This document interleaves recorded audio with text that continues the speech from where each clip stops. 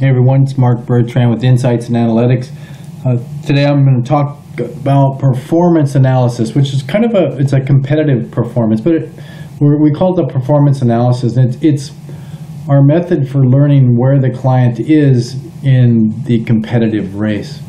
And it's the next most critical aspect for effective digital advertising optimization. We need to understand what the competition is doing better than the client and what they're doing less well, and it becomes the key component to building the right advertising and identifying the right distribution for those next steps in the client's advertising.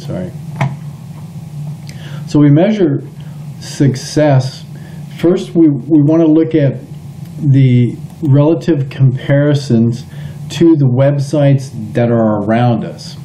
And then once we understand which websites are around us or around our client, then we can start measuring the factors of our client's expectations. And in a lot of cases, we have to shape that the client's understanding of who's around them, and we have to shape their understanding of what those expectations are. So the way that we do this is we have to be aware of the consumer marketplace. And the deeper knowledge in that is that there is a finite number of prospects for the client's products. So in order to grow the client, or the client's business, we have to take share away from the competition. And in order to remain viable as a competitor, we have to prevent the competition from taking share away from our client. So we have to do the same things that the competition is doing where they're being successful. We want to stop doing the things that are not being successful. And then we want to do the right things faster and more often, and we want to innovate new approaches, new techniques to reach and attract the target consumer. So success and growth for the client does not come from mimicking the competition, but through introducing a data science approach so we can identify the right way to introduce the products and services to the target segment. So we want to begin by identifying consumer desire. We need to be innovation without a market is just dumb. So it doesn't do us any good to say, well, we have this really creative way to introduce the product. And it doesn't do us any good to say we have a really innovative way to create a new product or a new service without knowing that there's a consumer segment that's going to purchase it. So we have to be able to ask the right kinds of questions so that when we start talking about being different, we want to mix that with being better. And that means better than how our competition is reading that market. So we have to take market share. It's the way of life in the consumer world. Is we have to take market share away from our competition. And so the reason that we study what the competition is doing is because it's like free advice. See, we can say, what are the competitors doing well? Where are they coming up short? We look to say, what does the consumer need? And then how can our client better meet that consumer need?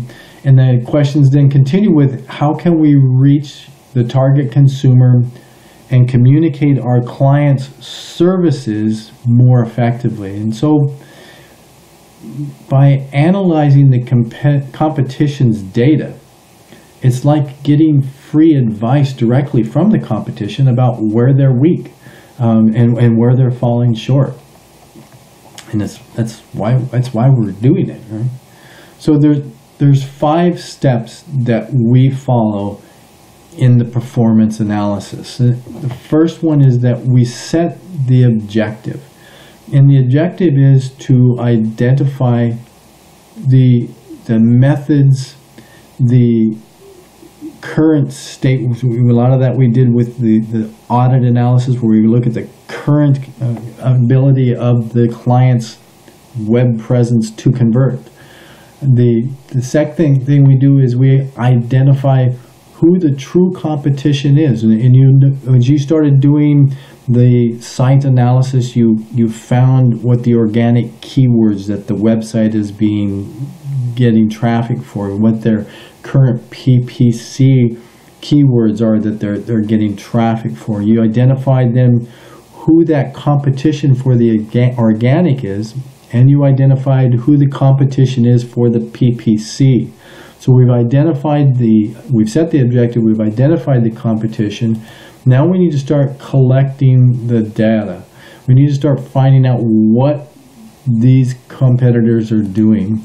Then we'll analyze that data and we'll start drawing conclusions. And from those conclusions, then we transfer that knowledge to our clients' campaigns. And that's the 5 steps now for the performance analysis. So in the site performance, we can look at the toolbox. Insights and Analytics Toolbox provides us with 30 critical metrics across the internet avenues. It provides us with a direct heads-up comparisons of our client to the competition across these 30 critical metrics. It also provides us with an overtime ongoing performance. So when sales goes out and makes the sale for the website development or the search engine optimization ongoing maintenance, and now we're going to start really drilling down on having them go out and sell a link strategy, a backlink strategy, then what we're going to be able to do with these 30 critical metrics is, over time, we're going to be able to go right back to the client and show them how the performance is improving against this competitive landscape.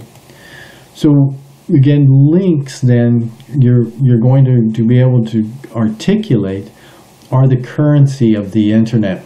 And some people might be thinking that content is king, and you may be hearing some lectures where people are saying, content is king, and it is true that content has value, and it is the value that drives links.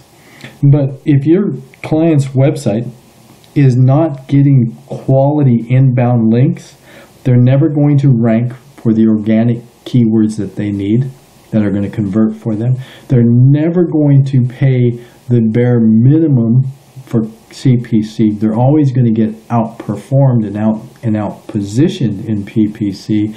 And so where content is valuable, links are the currency. And the other part of the link as currency is to understand from your site analysis. When you did the crawl, you found how critical it is for site taxonomy, because without a pure, pristine website structure and website elements, then there is no real structure for quality content. And without quality content, you're never going to attract those links. And without those links, you're never going to be able to drive the type of currency to that client that they're going to need to survive. So let's click out and I'll take you over and we'll look at the toolbox for the site performance.